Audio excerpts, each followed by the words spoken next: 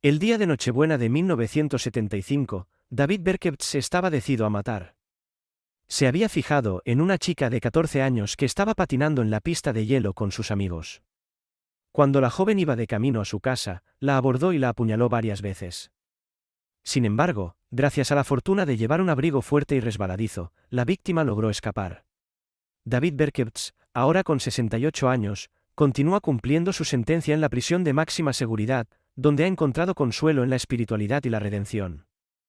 David había contenido una rabia en su interior que estaba a punto de abrirse paso. Esa noche había nacido un nuevo asesino en serie.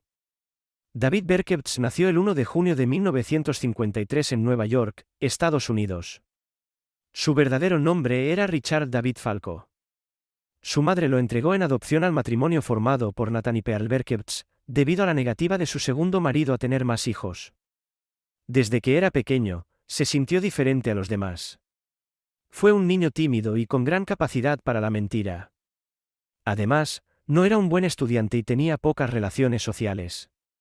Con tan solo 14 años, David perdería a su madre adoptiva, quien fallece a causa de un cáncer. La personalidad de David Berkowitz cada vez era más compleja, a lo cual se unían sentimientos de soledad y rechazo social. Cuando su padre adoptivo decide casarse 4 años después de la muerte de su esposa fallecida, David sufrirá un cambio aún más radical en su forma de ser y comportarse. David Berkowitz decide alistarse en el ejército, y le destinan a Corea durante 3 años, donde recibe un extenso entrenamiento militar y además se convierte en un tirador profesional.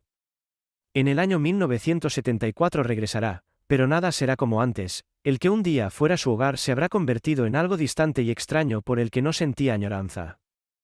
Debido a las discusiones y mala relación con su padre, decide independizarse y mudarse a su propio apartamento en otra zona del Bronx.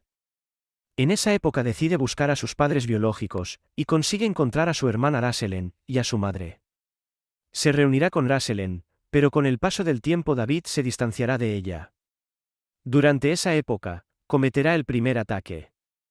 Cuando atacó por primera vez a una chica que iba de camino a su casa con un cuchillo sin lograr su intención de matarla, se dio cuenta de que el encuentro había sido demasiado físico para su gusto. La próxima vez sería más sencillo, utilizaría un revólver muy concreto, un Bulldog calibre 44.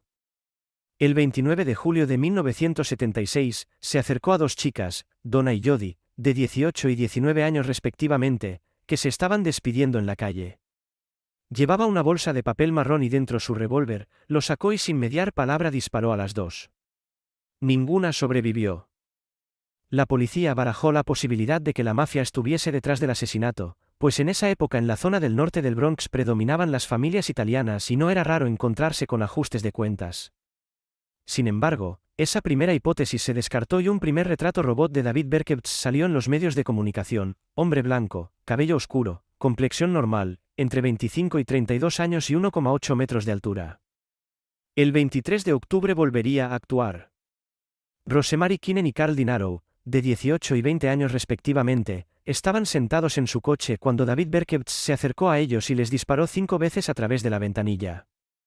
El retroceso del arma malogró su puntería, de esta forma Carl sufrió leves lesiones y Rosemary no sufrió ni un rasguño.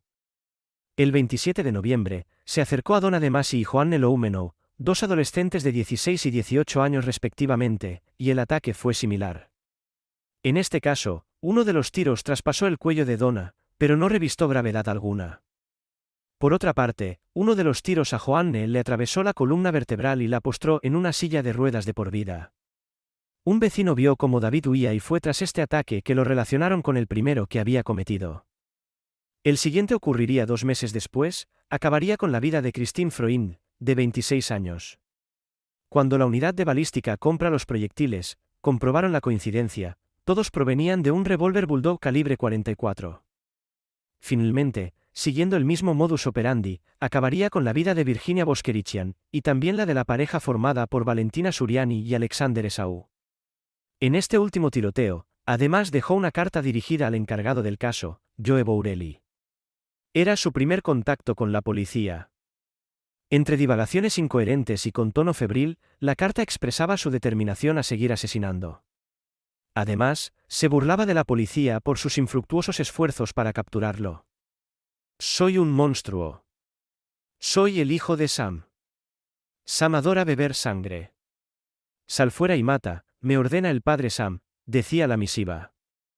No fue la única vez que contactó con la policía, continuó haciéndolo en muchas más ocasiones. En algunas de ellas llegó a expresar que se sentía poseído por Satán. El 31 de julio de 1977 cometió su último asesinato.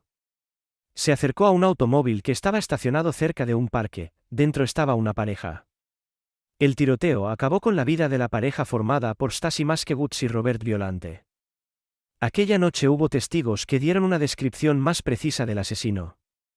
A ello se sumó la descripción de Cecilia Davis, quien le reconocería debido a su mal comportamiento tras comprobar que tenía una multa en su parabrisas. La policía empezó a encajar piezas y a cotejar los datos con las pruebas que ya tenían de casos anteriores, y también con las sanciones que habían sido puestas el día del asesinato. Funcionó. Un agente había puesto una multa a la matrícula 561 XLB. El coche estaba registrado a nombre de un tal David Berkowitz. Ya tenían un sospechoso. El 10 de agosto de 1977 fue detenido, después no tardaría en confesar sus crímenes. Culpó al perro de su vecino de ordenarle los actos que había cometido. También afirmó escuchar voces demoníacas en su interior para que no dejase de hacerlo y continuara matando. En 1978, se elaboró un informe pericial que detallaba un diagnóstico de esquizofrenia paranoide. La acusación rebatió el estudio y alegó que era plenamente consciente de sus actos. De esta forma, David Berkowitz fue condenado a cadena perpetua. No serían las últimas noticias de David Berkowitz. El 10 de julio de 1979, un recluso le atacó y le clavó una cuchilla de afeitar desde la garganta hasta la nuca. Necesitó 56 puntos de sutura. Tras aquello, intentó reformarse a través de la religión cristiana. Finalmente, volvimos a verle en la televisión recientemente gracias a la serie Mindhunter. En la actualidad, sigue cumpliendo su condena. Si le ha gustado el vídeo no olvides dejar tu like, suscribirte y activar la campanita. Hasta la próxima mis amigos.